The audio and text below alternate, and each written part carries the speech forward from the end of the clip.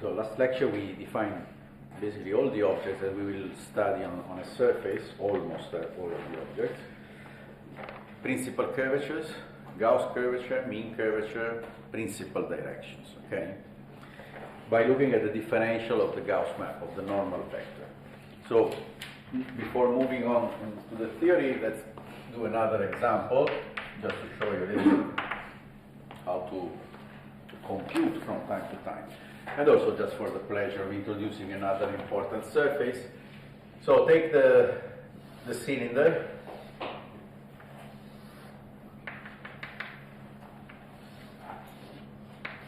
Okay, so this will be our S.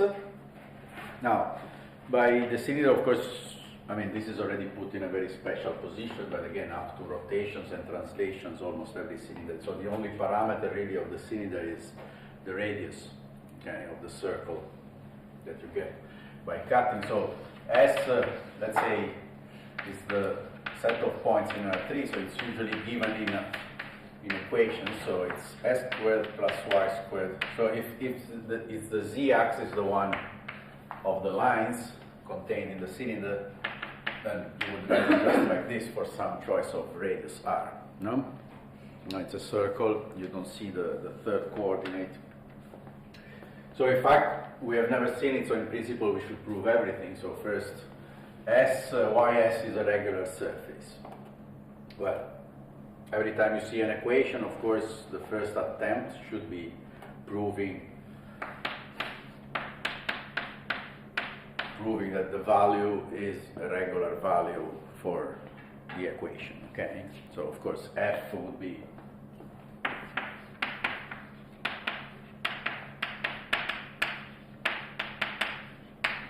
x squared plus y squared, doesn't see. Okay. In fact, we are going to, I'm not even going to check that this is a regular value because I will need immediately the characterization of the tangent space for a surface given by a regular value of a function. So remember, so this is in general the kernel of the differential, but also remember we argued that given the fact that df now is a map from R3 to R, we immediately get also a normal vector automatically out of this. By rephrasing it, this is the set of vectors V in R3 such that what? Such that grad f at the point P, scalar V, is equal to 0. Okay, so grad f is a normal vector once you normalize, I mean it's unit if you normalize it. Okay. So in this case, what is grad f? Of course, so in fact, let's write directly n of p. So now I pick a point. P will be a point on the cylinder. So n of p becomes what? Becomes well, one choice. Remember, up to your freedom of choosing the side. It's just this. So this becomes what in this case? Of course, then this is 2x. 2y 0. Okay, so it's 2x y 0 divided by its norm. So of course the 2 disappears immediately, and it's divided by x squared plus y squared. But p is a point on S, so the square root of x squared plus y squared. So divided by r. Okay, so it's 1 over r x y 0. Okay? Very good.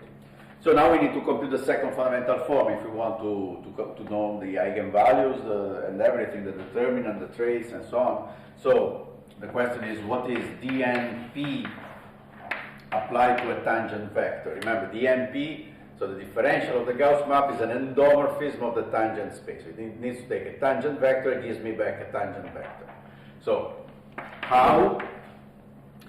Again, do the usual, I mean, take the definition. So, I imagine I'm taking alpha of t, so this is d dt at t equal to 0 of n of alpha of t, where now I'm imagining, without even writing, alpha of 0 is equal to p, and alpha prime of 0 is equal to v. Okay? So So of course alpha of t will be a triple, no? It's a curve in space, well actually in S, but I mean in particular in R3, so it's given by x of t, y of t, z of t. Okay? But it has to stay in S, so in fact let's write it. Alpha of t, which would be a triple in general like this, being the fact, given the fact that this has to stay in S, this has to be a curve in S, it must satisfy the equation. Okay? So x of t squared plus y of t squared has to be r squared for any t. Okay, the whole curve has to stay there. Okay. So how much is this derivative? Because you see, I have written what is n. So this is 1 over r, which is a constant, of course. d dt at t equal to 0 of x of t, y of t, 0. Okay? So if v, now let's give names. V was a tangent vector. Okay, so it's a vector of R3. So in particular, let's say it's v1, v2, v3. Okay, let's give names to its components. What is this? Well, this is of course, it's 1 over r, x prime at 0, y prime at 0, 0. But what is x prime at 0? Well, it's the first component of the vector, no? So this is actually 1 over r, v1, v2, 0. Okay? And so if you want to write everything properly, so now what is the second fundamental form? Now we know dnp, no? The differential of the Gauss model. Remember, the second fundamental form is the composition of minus dnp with the scalar product. So this takes v and w, and has to give me the scalar product of minus dnp applied to v, scalar w. Okay? But minus dnp applied to v is minus this. So this is minus 1 over r, the scalar product between what? Between v1, v2, 0, scalar product, well, w, but on w I know nothing, so it's w1, w2, w3. Okay? How much is this? Well, that's what it is. It's minus 1 over r, v1, w1, plus v2, w2. Okay, so now I really wrote the full second fundamental form. Okay? But now the question is, okay, and what are the principal curvatures? What are the everything? The Gauss curvature, the mean curvature, and so on. Well, of course, you can argue algebraically. I mean, you write down the matrix associated with respect to a choice of basis. In some sense, here I've already chosen a basis of R3, no? A basis of vectors, because I've decomposed the vector into components. So in fact, here I'm already using kind of the standard basis of R3. Okay? But you can go on algebraically, you write down the matrix associated, and you do all the algebra. But you can also look at it, and I strongly suggest you, when you do geometry, to first look at things. So, what are we looking for? We are looking for eigenvalues and eigenvectors of dnp. Okay? Then we have to remember there is this minus, okay? But of course, the minus will just change the sign of the eigenvalues. So, what are we looking for? We are looking for vectors which satisfy something like dnp of v is equal to lambda v. And now, but we have written what is dnp of v. It's here. So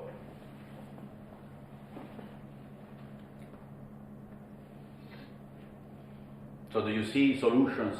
I mean, without taking the polynomial associated with the matrix, finding the roots and so on. No? Well, I can see one, even so early in the morning. if I take a vector v of the form 0, 0, v3, what does dnp? dnp kills the third. No? dnp of a vector of the form 0, 0, v3. So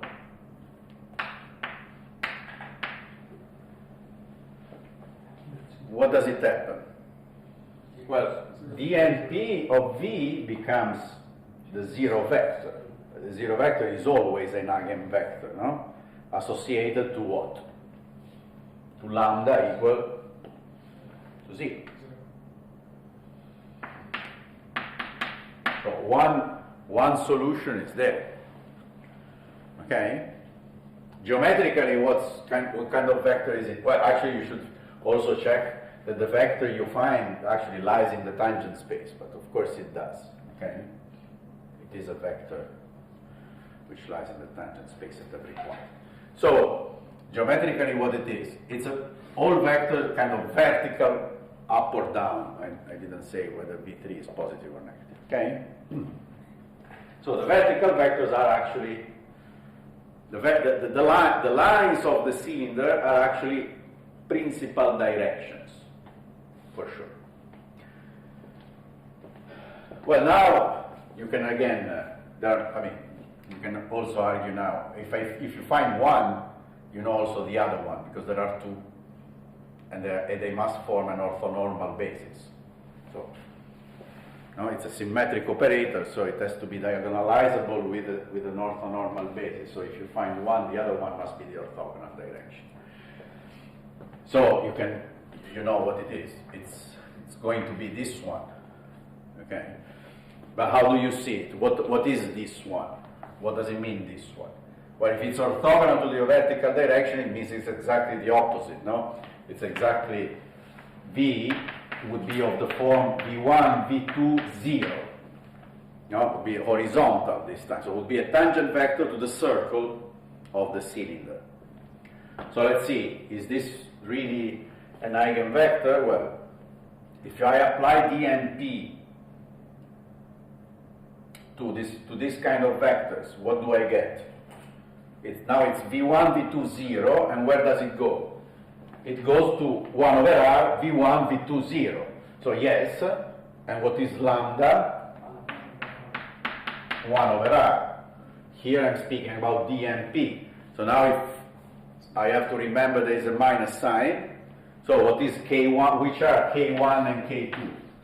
Note that in both cases these do not depend on p. In principle, these are functions. No, for every point I find something.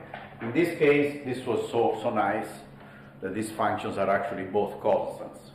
Okay, so k1 and k2 would be minus these two. I just have to remember that k1 has to be always the smallest one. But 1 is 0, and this becomes minus 1 over r. So k1 is minus 1 over r, and k2 is 0. Okay? All clear? And now, of course, what is k and what is h? Well, k is the product, so it's 0. H is the mean, so it's 1/2 the sum of the two.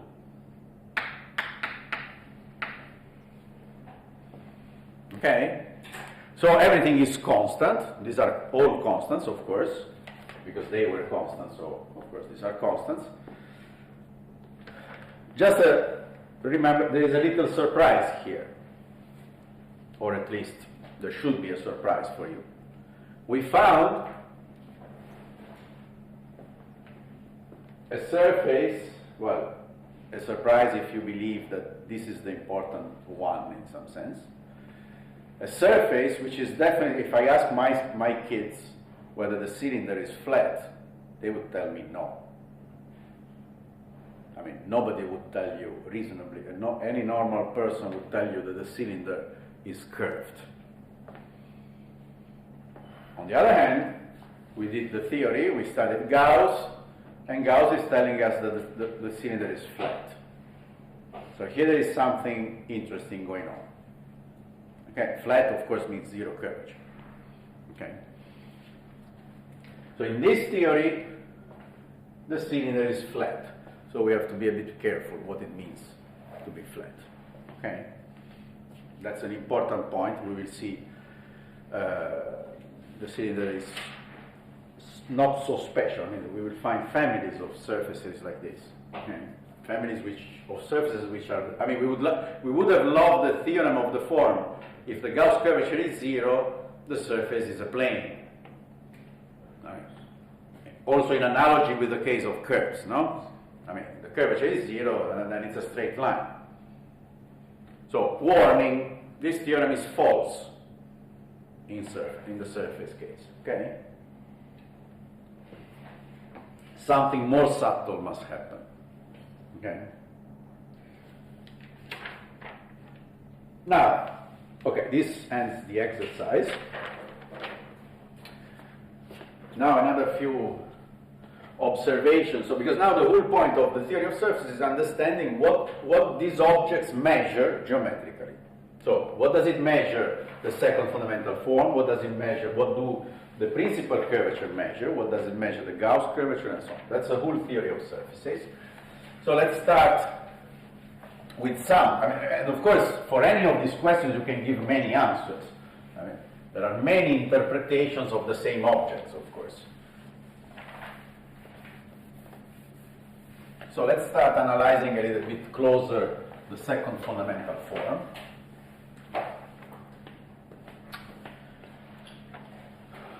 If we want to give a name to this chapter, I would call it like this. But as I said, this question, I mean, has many answers. First answer. Well, actually, the first answer will come after a few names and a big picture. Okay? Again, the picture is always the same. We are looking at the surface, we are taking a point. Now, every time I take a curve over the surface, passing through this point, be alpha of t, I propose to look at the following thing. You see, now, of course, the critical thing is that alpha of t lies in S for any t. So alpha, the curves that we are looking, remember we are computing d and p of a vector v, so that's what I have in mind, no? So to do that, I need to take a curve lying on the surface. Now the constraint is that the curve lies on the surface. That's the critical, but it's very implicit, so we want to make it a bit more explicit. What does it mean? And if you think geometrically, what I'm going to say now will become very natural. Because as a curve in R3, this has a Frenet triedron, T and B. Okay? It has a tangent vector, a normal vector, and a binormal vector. And in principle, I could study this curve as it is, as a curve in R3. It has its curvature, and its torsion, and blah, blah, blah. Okay? On the other hand, it lies in S. So S has another natural structure of tangent space and normal vector. So now the question is, what is the relationship between these two things? Well, the fact that alpha lies in S, what kind of compatibility imposes on the two structures? Okay? And that's exactly. So now, long definition. I have this curve, so alpha of t in S for any t in the interval where alpha is defined. Everything is local, so it's enough that alpha is defined from minus epsilon to S. We are normalizing, as usual, everything in such a way that alpha of 0 is equal to a given point P in S. And now, of course, as a curve in R3, we use the usual notation. So K is the curvature of alpha as a curve in R3. Okay? But now, here comes the problem. At this point, at every point, we are looking around this point, there are two objects with the same name. Normal vector. there are two normal vectors fighting with each other. Because one, which of course in my picture is very bad because now they look very similar. Let's say that we have decided that the surface is oriented in this way. And so I have a capital N, which is the one given by the surface. And now I should write another capital N, but to avoid confusion I will call N, little n, the normal vector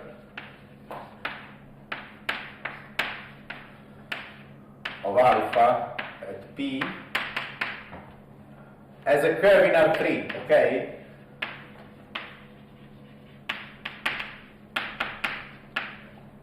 So if I look at this picture, the normal vector would probably be somewhere here.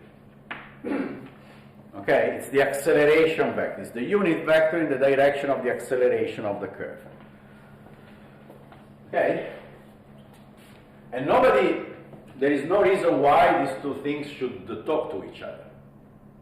Okay? In principle, for what we know up to now. So these are two vectors in R3, so let's say they form an angle. So this angle I will call theta. Okay? And what is actually this angle? Cos theta, it's actually easier to define cos theta, is by definition the scalar product. These are unit vectors, so I don't have to worry about normalizing. No, but in Schwarz, in Cauchy-Schwarz, I don't need to renormalize. Okay. So I introduce another object that I will call Kn, another function that I will call Kn, just by taking K cos theta. Okay. It's kind of a weighted curvature of alpha. And this is called the normal curvature.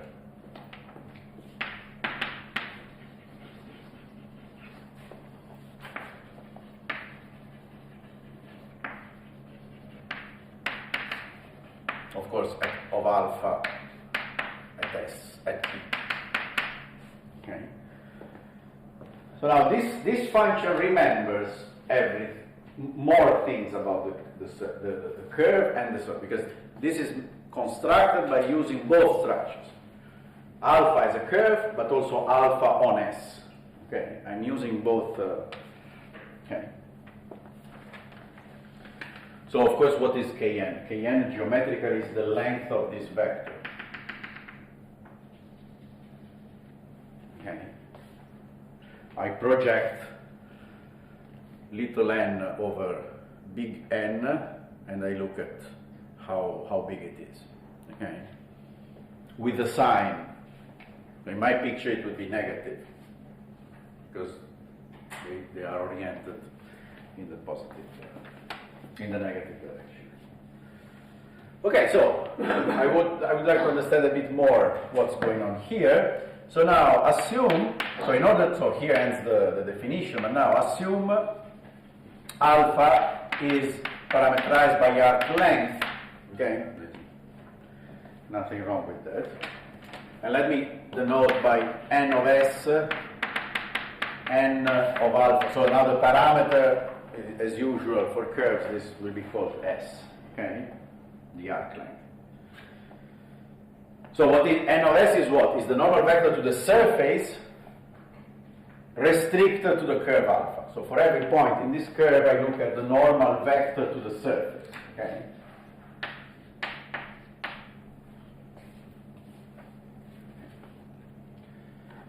Okay, so what do I know? The only thing really I know is that alpha prime, the velocity vector at every point, not just at the point P. This is a curve on S, so its tangent vector is a tangent vector to the surface.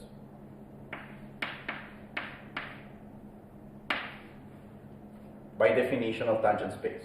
It's a tangent vector to a curve, to the curve alpha, in fact. Okay?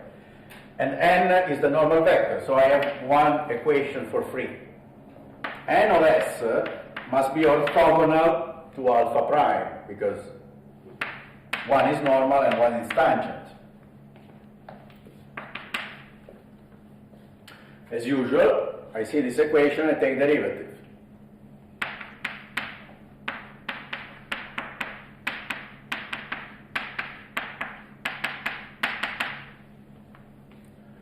But now I remember what is alpha double prime in the theory of curves. No? Exactly, because if this is parameterized by arc, alpha prime was what we call t. So alpha double prime is t prime, which is by definition kn, is by definition of the curvature. Okay, so this implies that n prime alpha prime is actually minus, was probably better to put the minus here, but anyway, n kn. Okay.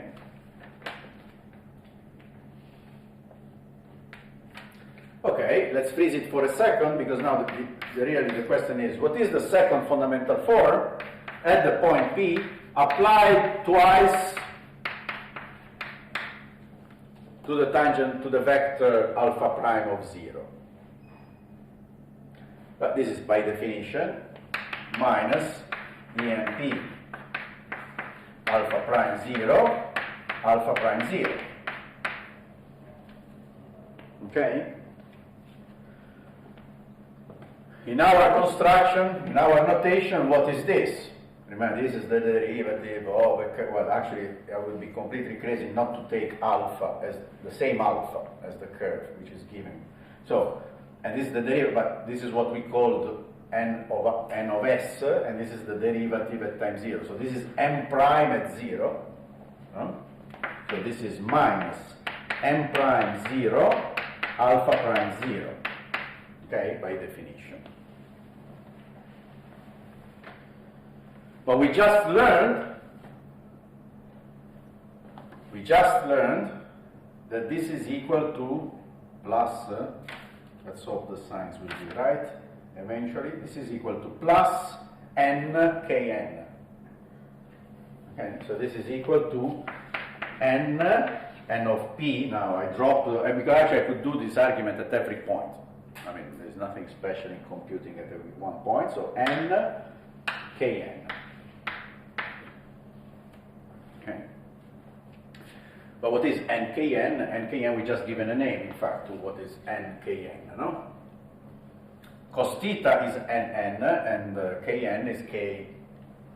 So this is actually the normal curvature of the curve at the point. Okay? Very good. So, first interpretation of the second fundamental form. What does, so answer to the question, first answer. The second fundamental form measures the normal curvature of any curve. Actually, you see here there is a little miracle as usual. I mean, there is something which depends on alpha that does not depend on alpha, I mean, or vice versa. Here it does not depend on alpha, actually. Now the strange thing is that, because here I should have put VV, no? So this is second fundamental form. VV is equal to what? Is equal to the normal curvature of any curve passing through the point P with tangent direction V. Okay? So this is the first, it was the first classical interpretation. This is due to Euler, actually.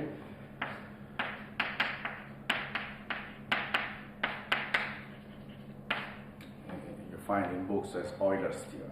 Okay? By product, you can rephrase it in the opposite direction. So any curve passing through this point with a given velocity has the same normal curvature, because it's actually given by the second fundamental form of the surface. Okay? So that's a very elegant interpretation, but of course, okay, I understand your doubts, if you, in the sense that what, I mean, okay, I introduced you a new notion, and then I said, okay, the second fundamental form gives this notion, this new notion, so in this way we can go on, no? But at least that's something, we start moving in the right direction. Now, before giving more interpretations, I need to fill the blackboard with another bunch of names. Yeah, I think this one can.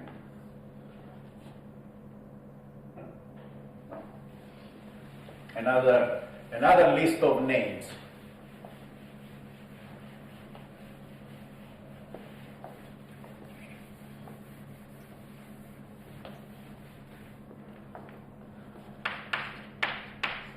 Under all our notation, so S is a regular surface.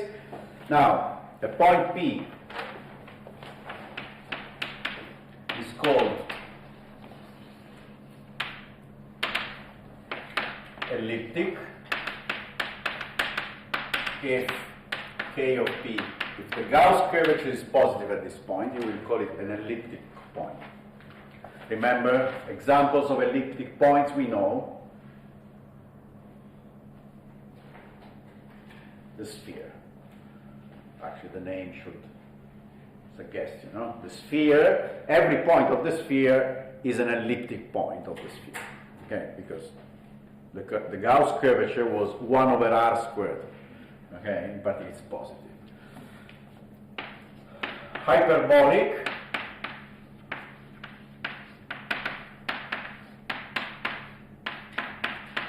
opposite.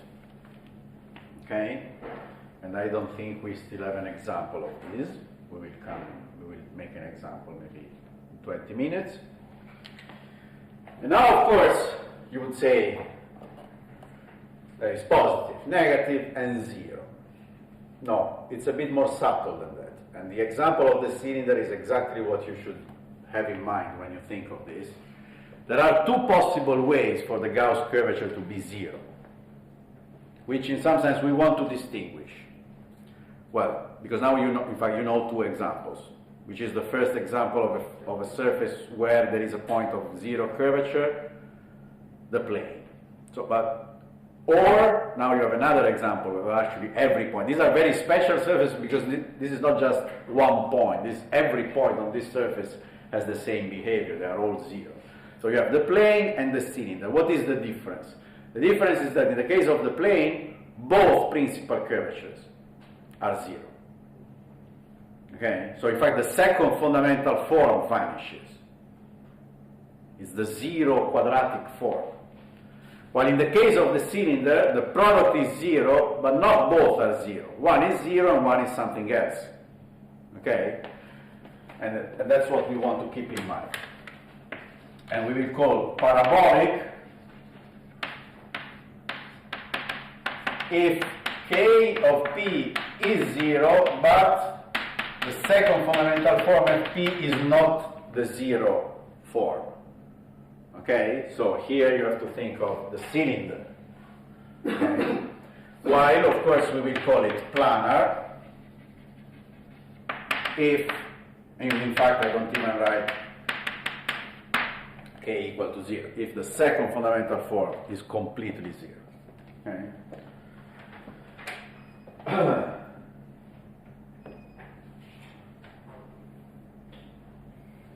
And then another interesting name, which comes up quite often in the theory of surfaces, a point P is called umbilical if, now, okay, let me first write it. So that's another clearly interesting situation, no?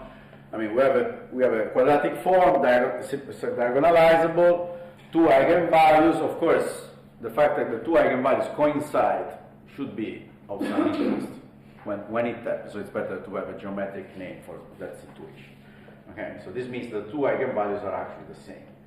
And you know, again, some examples of points like this, because if you go back in your notes, the sphere is completely covered by umbilical points, and the plane is completely covered by umbilical points. In that case, they are both 0.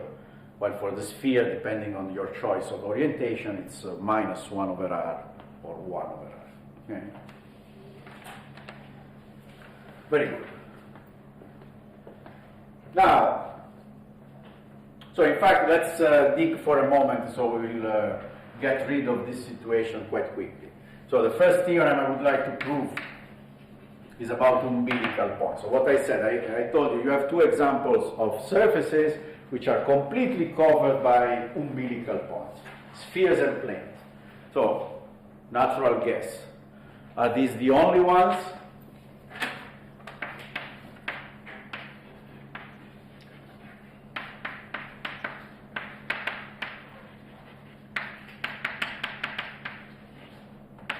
And the answer is yes. Then S is a union. I never said S is connected. If you put connected, then S is a piece of a plane or a sphere. Since I didn't say if it's connected, it could be is a union of pieces of spheres and planes. Okay. Okay, let's prove it.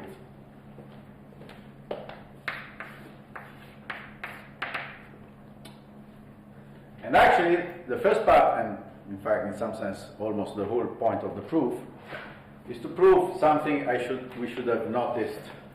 Remember, what are K1 and K2? K1 and K2 are the eigenvalues of a symmetric endomorphism of a two-plane. So the question I would like to understand now is, as functions of P, are they smooth?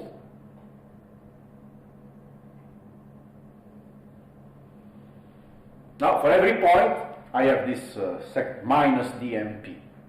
So I diagonalize it, I get two numbers. I do it for every point, I'm constructing two functions over the surface.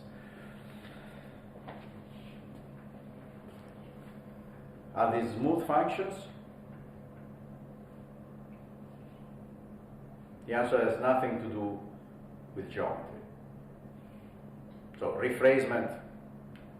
If you take a family of symmetric matrices, depending, for example, on one parameter, real parameter, each of them is diagonalized. 2 by 2 matrices. Each of them is diagonalized. Take the eigenvalues. They will depend on the parameter t. As functions of the parameter t, are they differentiable functions? How many yes, how many no's? We are in democracy.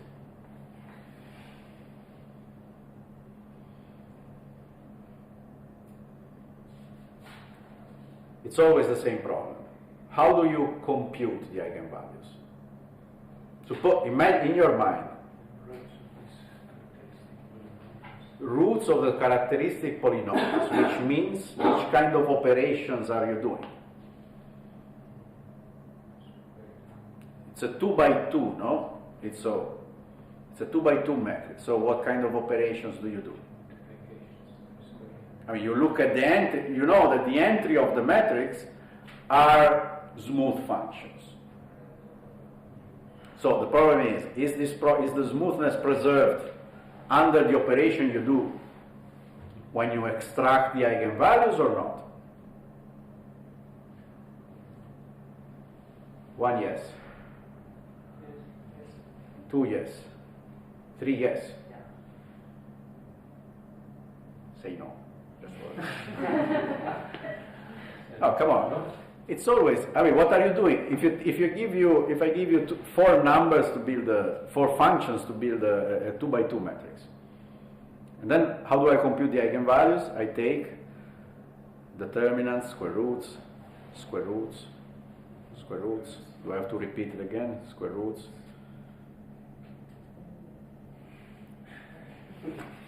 There is a square root involved, no? Every time there is a square root involved, the answer must be no. Unless what goes, I mean, you are taking the root of a degree 2 polynomial. And this is not a smooth function of the entry of the polynomials, no?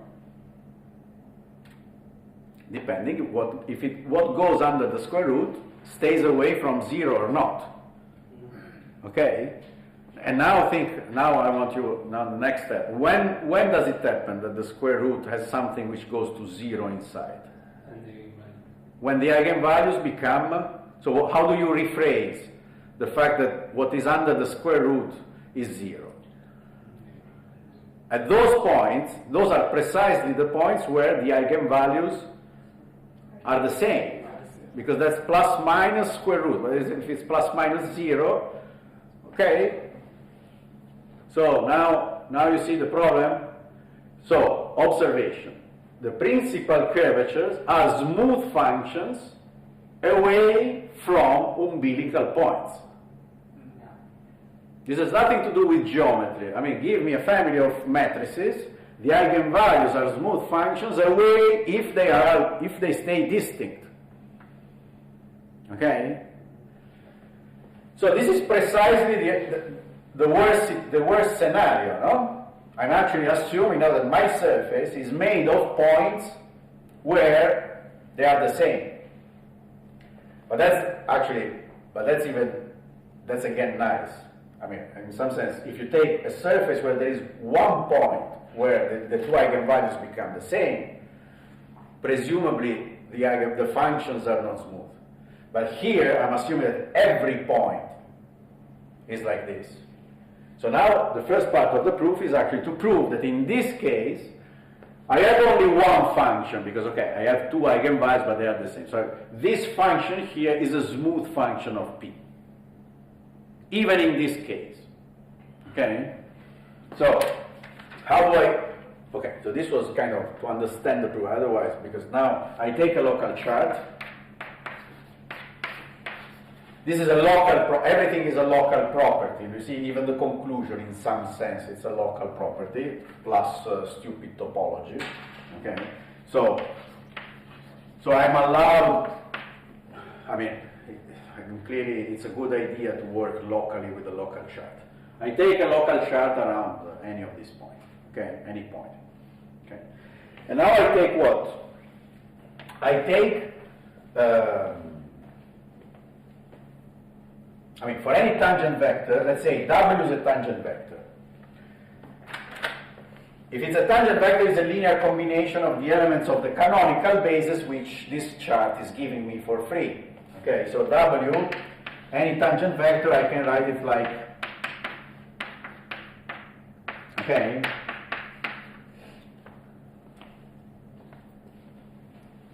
now, I need to know something about minus or plus DNP. Okay. But P, any P, in fact, is an umbilical point. So how much is this? How much is DNPW?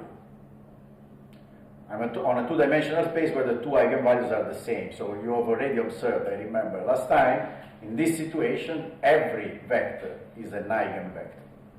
No? So this must be lambda of P W, where lambda is this lambda of P is actually equal to K1 of P is equal to K2 of P, blah blah blah. I mean, it's just the name of the only eigenvalue surviving. Okay.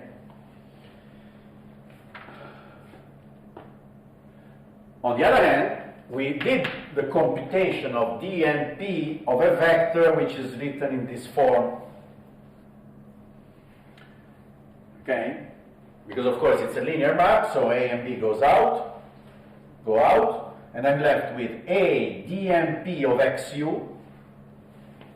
But what is A DNP of XU? We computed it. It's NU plus B and V. By analogy. Okay, so here what did I write is that A and U plus B and V is equal to, okay, lambda A XU plus lambda B XV.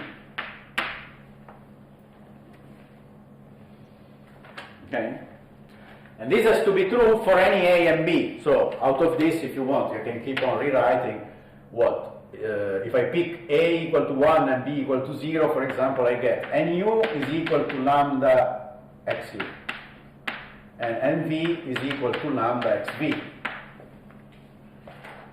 Okay?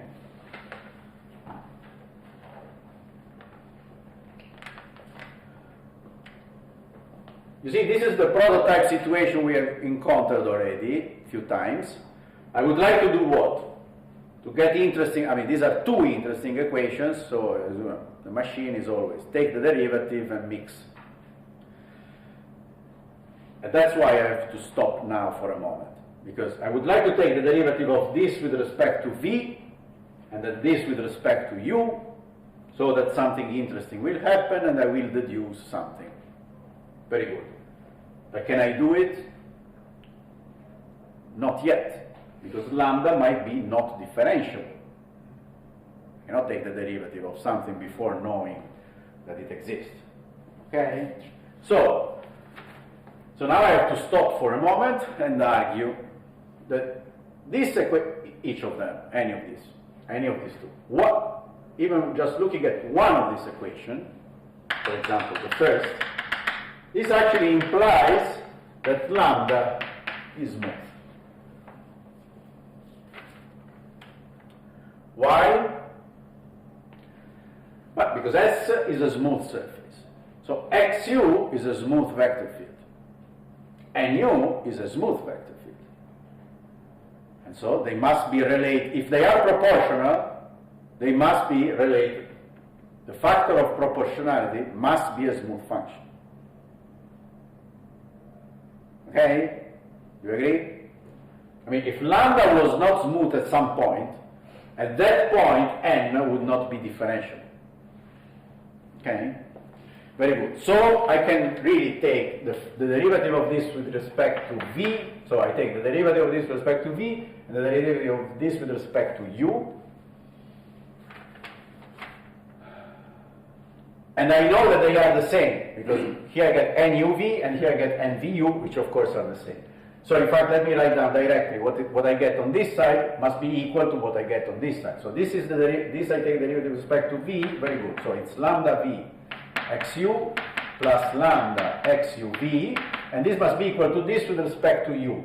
So this is lambda u xv plus lambda xuv. Okay, so of course this dies. So I'm left with this equation here. But this is a very strange equation. You see why I needed to argue that this was differential. I'm taking derivatives of this function lambda. But now this is a very strange equation, because xu and xv are linearly independent. They form a basis. I mean, this was actually the definition of a regular surface. Now the differential of x must be injected.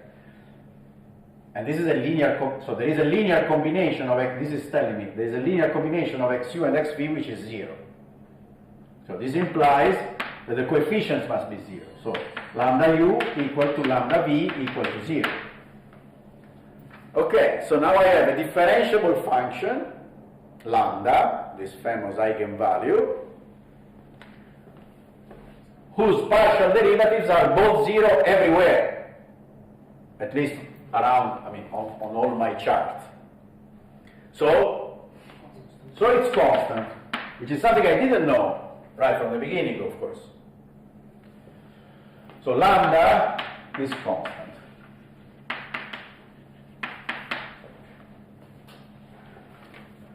Or at least it's locally constant. I mean, as I said, I'm not assuming it's connected, so it's constant. It's locally. Well, it's constant on the chart for sure, but I mean, in general, I would just get locally, okay? And now,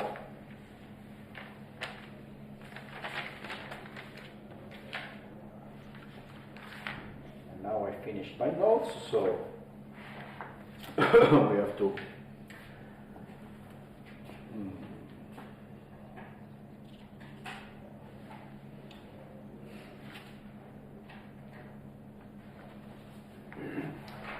So now we are in good position to finish the proof of the theorem, because of course, what is the output of the theorem? The output of the theorem is that there are only two possible. So first of all, notice, spheres and planes have this eigenvalue constant. So we are already going in the right direction. And now we distinguish the two cases by saying which constant. So how do I distinguish these two? this is 0, and this is, well, now depends on choice of orientation, no? But let's say it's 1 over r or minus 1 over r, depending on where you have put. So, okay. Case 1,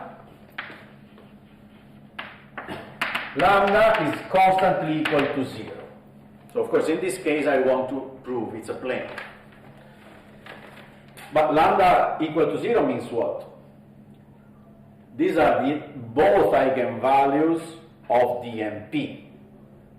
So if both eigenvalues of DMP are 0 at every point, it means that n is a constant.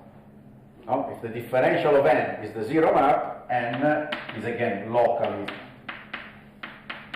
constant. Okay? But then it's clearly a plane.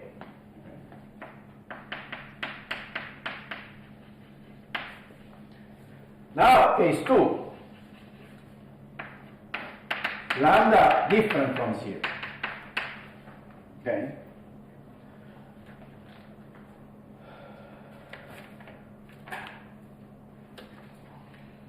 If lambda is different from 0, look at these two equations here. I claim that, in fact, I can even write down the solutions to this system.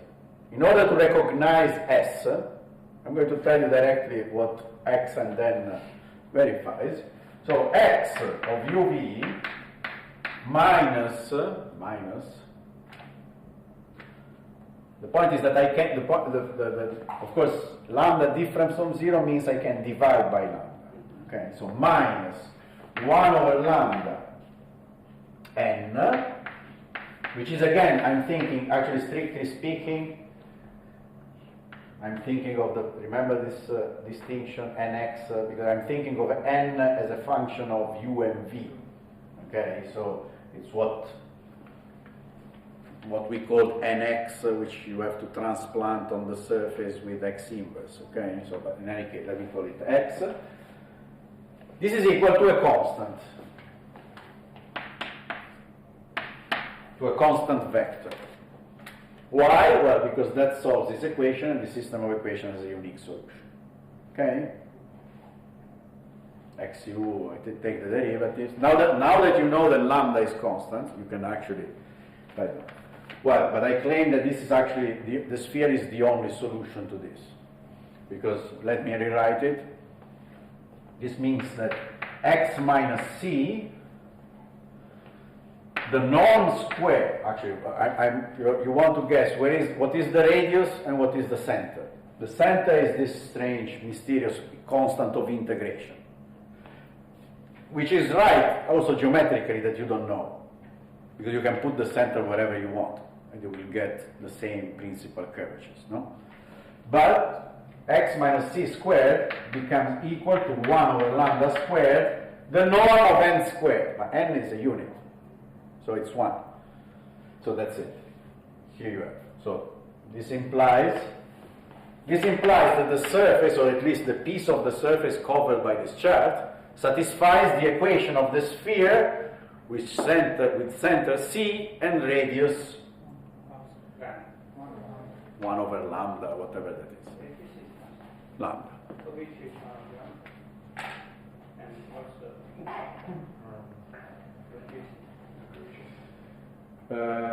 1 over lambda. So this is certainly the sense. So this means that the radius of the famous thing is no, it's right. So the radius of the sphere is 1 over lambda. So now if I give you the sphere of radius 1 over lambda, which is the principal curvature, 1 over lambda. Okay? Okay. So that's it. I mean, that's it, because now plus trivial topology, okay, that you are, because this is the local picture. This is the local theorem. And now, if S is not connected, I mean, now, first of all, I claim that this goes from a local chart to the connected component.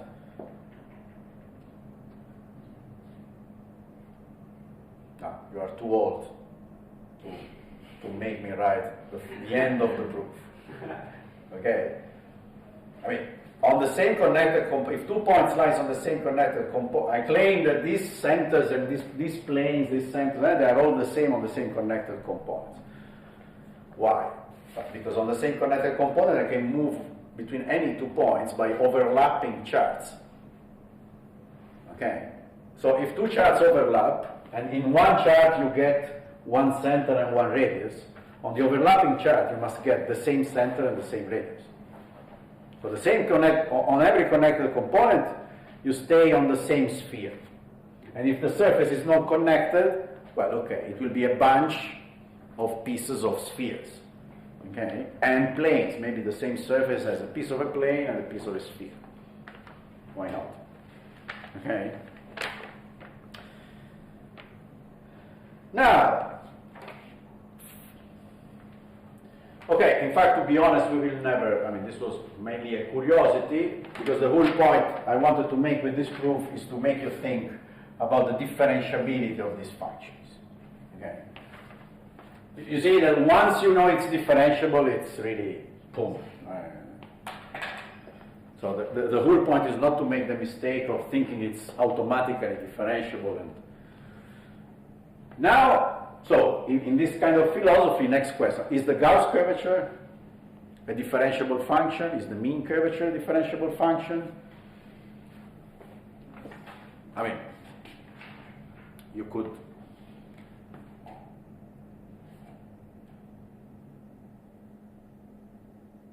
in fact, if this was the real question, you could answer algebraically. The point is that, again, I want to use as an excuse to prove something even more important than actually the answer to itself. The point is that, of course, the answer for Gauss and mean curvature is yes. For the mean is actually immediate. Think again to the operator. So suppose you have lambda 1 and lambda 2. You have your family of matrices. Lambda 1 and lambda 2. So 1 is whatever. MS plus the square root of MS divided by another MS. The second one is the same mass minus the square root of the same mass. So if I take the sum, the square root part disappears. So there is no problem. Okay, and what about the determinant? Well, the determinant, it's even more obvious. You don't even never take the square root, no? So as an excuse, but basically what I want to do now is to write down what are the Gauss curvature and the mean curvature in a local chart. So I want to have a computational tool that every time you have a surface with a chart, you can write down immediately mean curvature, Gauss curvature, and principal curvatures. Okay? Out of this formula, of course, you will get automatically differentiability and all this stuff. But that's somehow a quite cheap output. And now finally, for this, I think we can erase even the picture.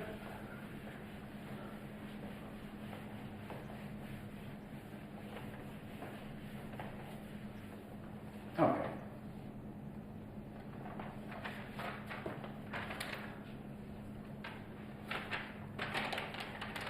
So how to compute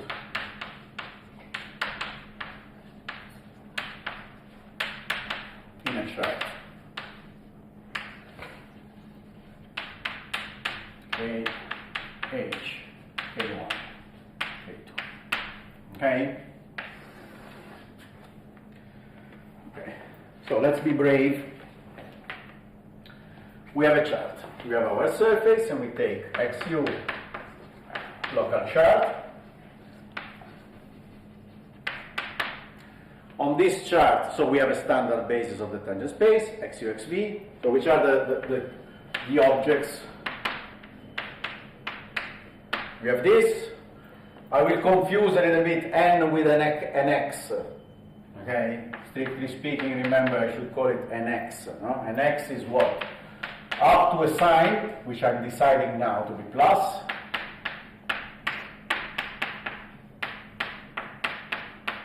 Is this.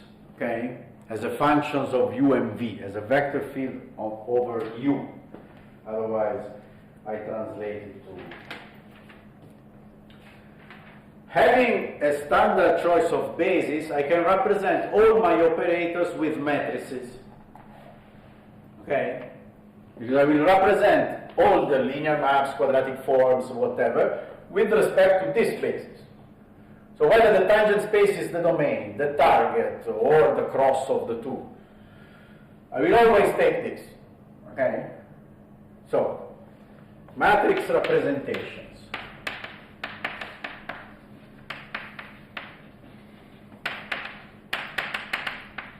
of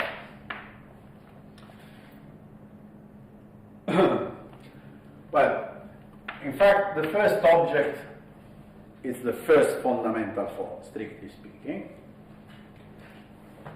And this, I will, everything, matrix representation with respect to xu, xv. Okay? Please, sorry if I insist, but I know that this is going to be what creates a problem when doing exercises, okay? So, I will call the matrix representation of the first fundamental form M, and it's a 2 by 2 matrix, and its entries, I will call them E, F, F, G, capital. Okay? The second fundamental form, I will call the matrix representation sigma. And don't blame me, it's Gauss' fault. They are called E, F, F, and G, not capital. So every time you speak about these things, it's going to be a mess. Okay? And then there is clearly an interesting object I want to give name to, because actually the way to compute things is always to pass from as a linear map, as an endomorphism of the tangent space. This has a matrix representation too, and let me call it A. And this one will be simply called A11, A12, A21, A22.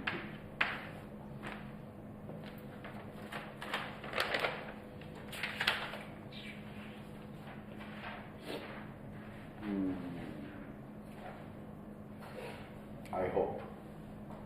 I don't remember if I'm going to use this convention for lines and rows, but for lines and columns. Okay. Now, some of them, we just need to remember what it means that this is the matrix representation. So what does it mean?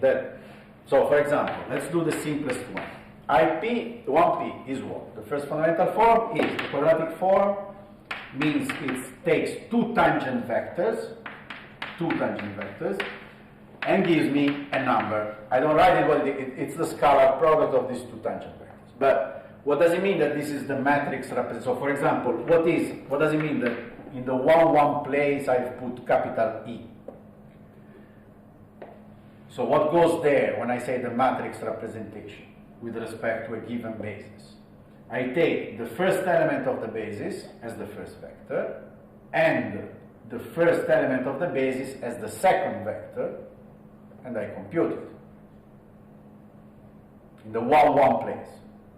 Now, in the jk position, there will be the jth element of the basis and the kth element of the basis applied with the quadratic form.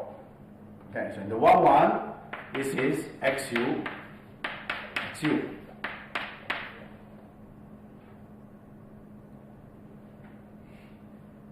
I would like to see very convinced faces, because I know this is the place where there will be problems. So what does it mean that something is the matrix representation of something else? Okay, is it okay for everybody?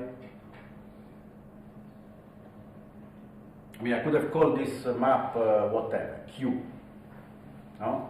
And then well, this is different because this is a linear map. It's not a quadratic form. I mean, if this was a quadratic form from a vector space, but now on this vector space I choose a basis. And now I say the matrix representation of this quadratic form with respect to this basis is, let's say, actually from 1 to d, to the dimension. No? So the matrix representation, when I say it's going to be a d by d matrix, let's say qij. I mean, if the map is q. So what is qij? It's q of eij.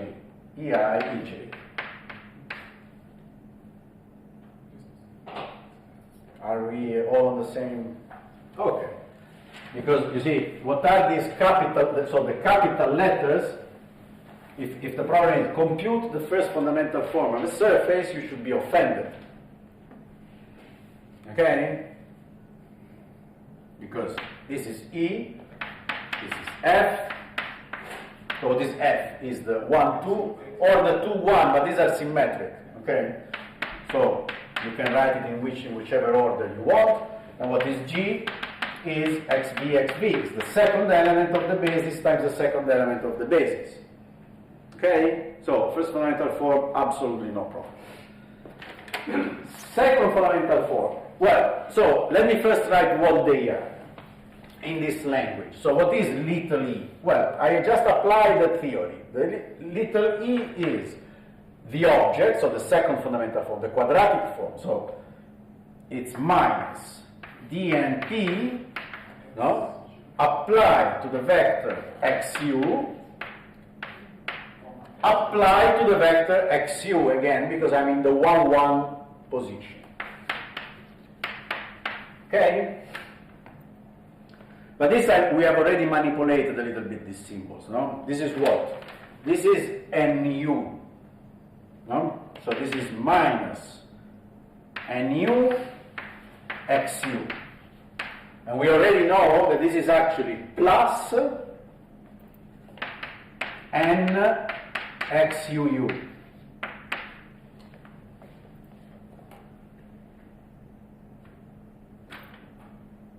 Fine? Both are good in terms of computation. So now imagine for a moment that I give you, you have a surface. Your problem deals with the surface, and suppose you have a chart. I mean, now building a chart can be hard, but suppose you have a chart. And the question is, I want to know the second fundamental form. You see, these are very easy. I mean, xu, xv is just taking the first derivative of the chart. Constructing n, it's 3 seconds. And now here there is just a little subtlety. I would say 90% of the time this is the winning choice in terms of computations. Why? Because, okay, n took me 3 seconds. Taking another derivative is another 5 seconds. And taking the scalar product, it's 0 seconds. Okay? So in some sense, I pay the price of a second derivative here, which could be a bit nasty. But I avoid what? Taking the first derivative of n, and 95% of the time, actually, it's better. Why? Because there's a square root. So imagine in practice what you have to do. You have a vector over 3, a family of vectors over 3. You need to take the norm and take the derivative of 1 over the norm. Typically speaking, this becomes the situation where you make a stupid computational mistake. You forget minus 1/2, you forget something. Okay? So, but in any case, you should know both. I mean, in some cases, no. In some cases, this is very easy. You do it and that's it. Okay? What is little f? Well, it's the second fundamental form applied to the first vector against the second vector, because it's in the 1, 2 position. So, same thing. This is minus nu xv, which is equal to n xuv. So again, from time to time, you will choose one or the other. Okay? And what is little g? Well, okay, let me not write everything. It's n xvv, which is actually equal to minus nv xv. Okay?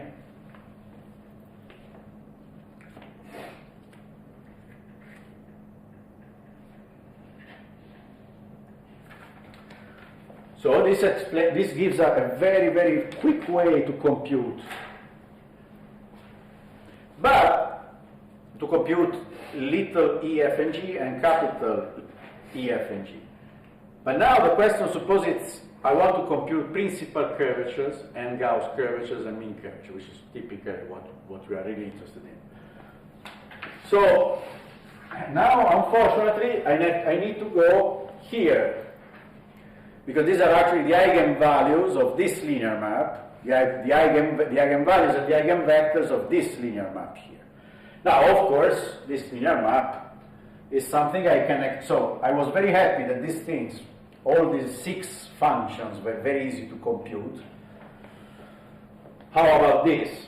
Well, I can get them from here, because given the fact that the second fundamental form is minus dn scalar, you see, the second fundamental form in some sense is the composition of this and this. No? Because it's the scalar product of dnp. Okay? So it's the composition of these two objects. So the matrix representation actually obeys.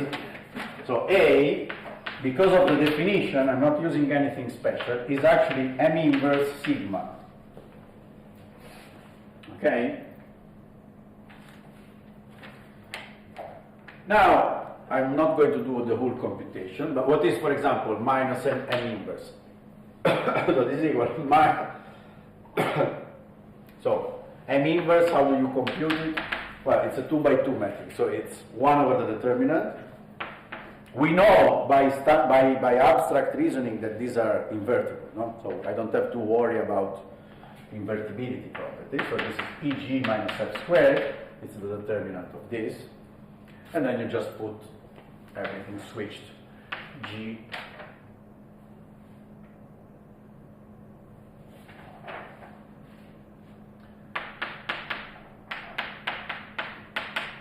Okay.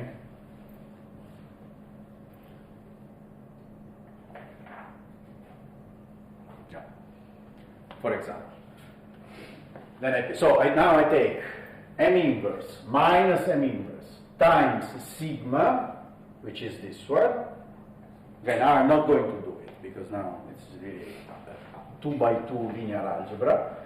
You take this M inverse, this sigma, you do the multiplication, and you remember that E, F, F, and G are these. Okay, so you first write down what it is A, but also actually at the end I can tell you the output. So this implies what? That A11 should be equal, just for you to check, FF minus EG divided EG minus, I mean, the denominator will always be this function EG minus F squared, the determinant of the first fundamental. A21 should become GF minus FF divided by EG minus F squared. A12 EF minus FF EG. That's why it gets complicated to speak about these things, no? Because you cannot speak loud for capitals and A22, it's FF minus G EG minus F squared. And just one warning, I don't know anybody in the world who remembers these things. Don't make any effort. I mean, there's absolutely no point. I mean, you have passed the level where you have to remember something. I mean, there's Google, you ask Google A12, and that's it. Absolutely nothing particularly interesting about remembering this formula, except the output. Because, okay, now I really have the matrix representation of minus dnp. So now, for example, the Gauss curvature, well, it's the determinant. In fact, you can imagine, now it's better to start from the Gauss curvature because in principle, what was the theory? The theory was, this is a symmetric operator, it's diagonalizable, I take the eigenvalues and then I multiply. So now I give you these 4 things and I say, okay, now write me down the eigenvalues. Good luck. I mean, Okay, because you need to take the minimum polynomial, the characteristic polynomial, find the write down. Of course, everything in principle it's doable. But of course, the product of the eigenvalues will always be the determinant, and the determinant actually it is this times this minus this times this.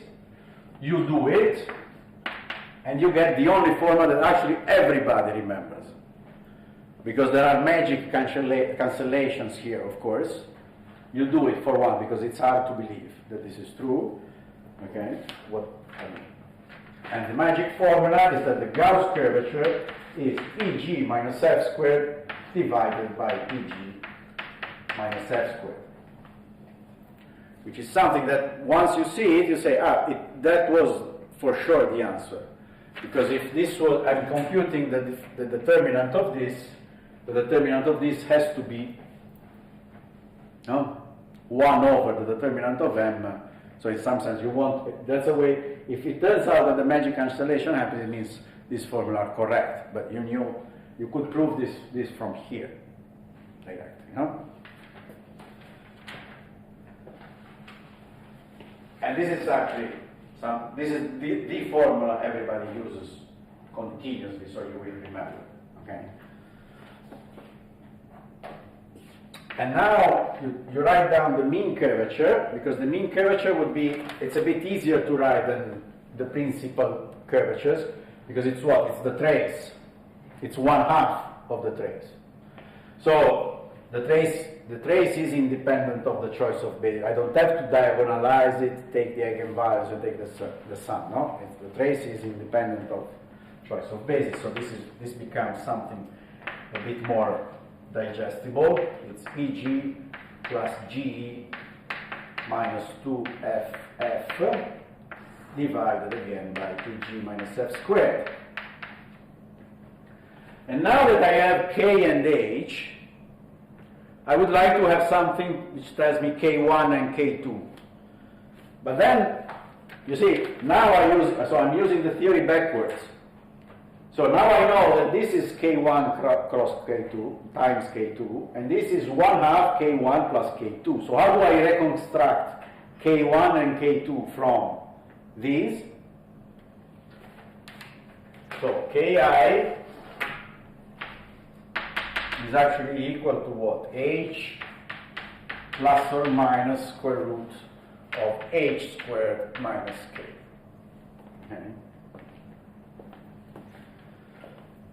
Check it, I mean, this is second order algebra, okay? Algebra of degree 2, not particularly interesting. So, okay, it's over, time is over. Next time we will start directly with a couple of examples, because actually this is, I would say, 90%, but not just of the exercise. I mean, you are at the level where passing an exam is not the point of what we are doing. You are at the level where whatever kind of mathematicians you will become, sooner or later you will encounter a surface, whether because you're doing analysis, measure theory, mathematical physics, whatever, you will have some kind of surface that you need to study, and you need to compute this kind of objects. And this is actually, so in some sense, this is the most important lectures in terms of surfaces, because how do you do it? How do you compute the Gauss curvature, the mean curvature, the principal curvature? As I said, the delicate thing, depending on the way your surface is born in your problem, is actually to construct a chart.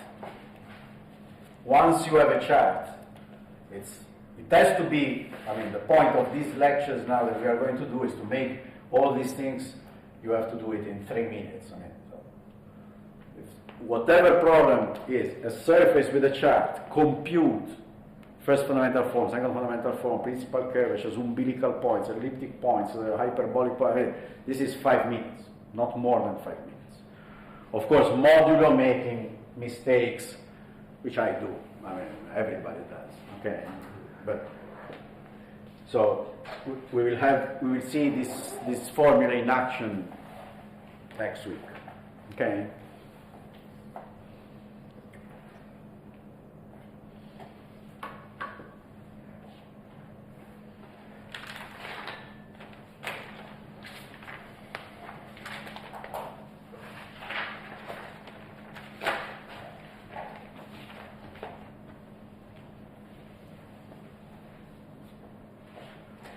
Is it okay? I like the fact that you are not taking notes. I admire you a lot. I was like you when I was a student. The only problem is that I had to have a girlfriend. I mean,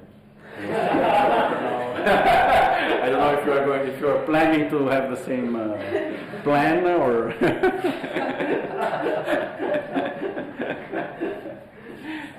No, actually, watching lectures without taking notes, I think is much better. Then when you go home, you say, "Oh, and now."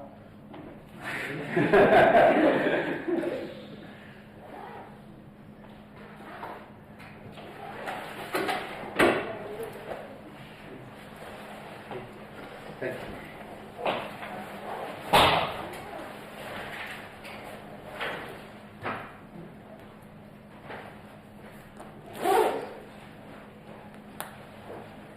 See you on Tuesday. Bye.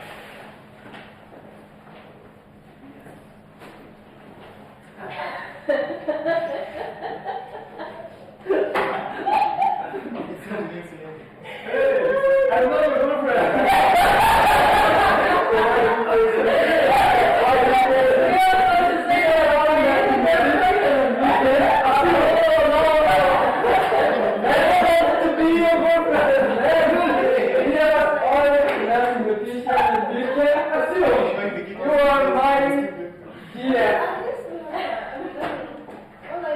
Your claim is wrong.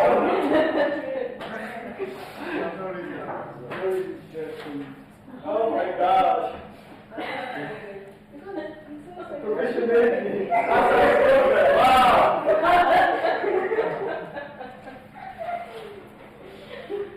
Very good. Very good.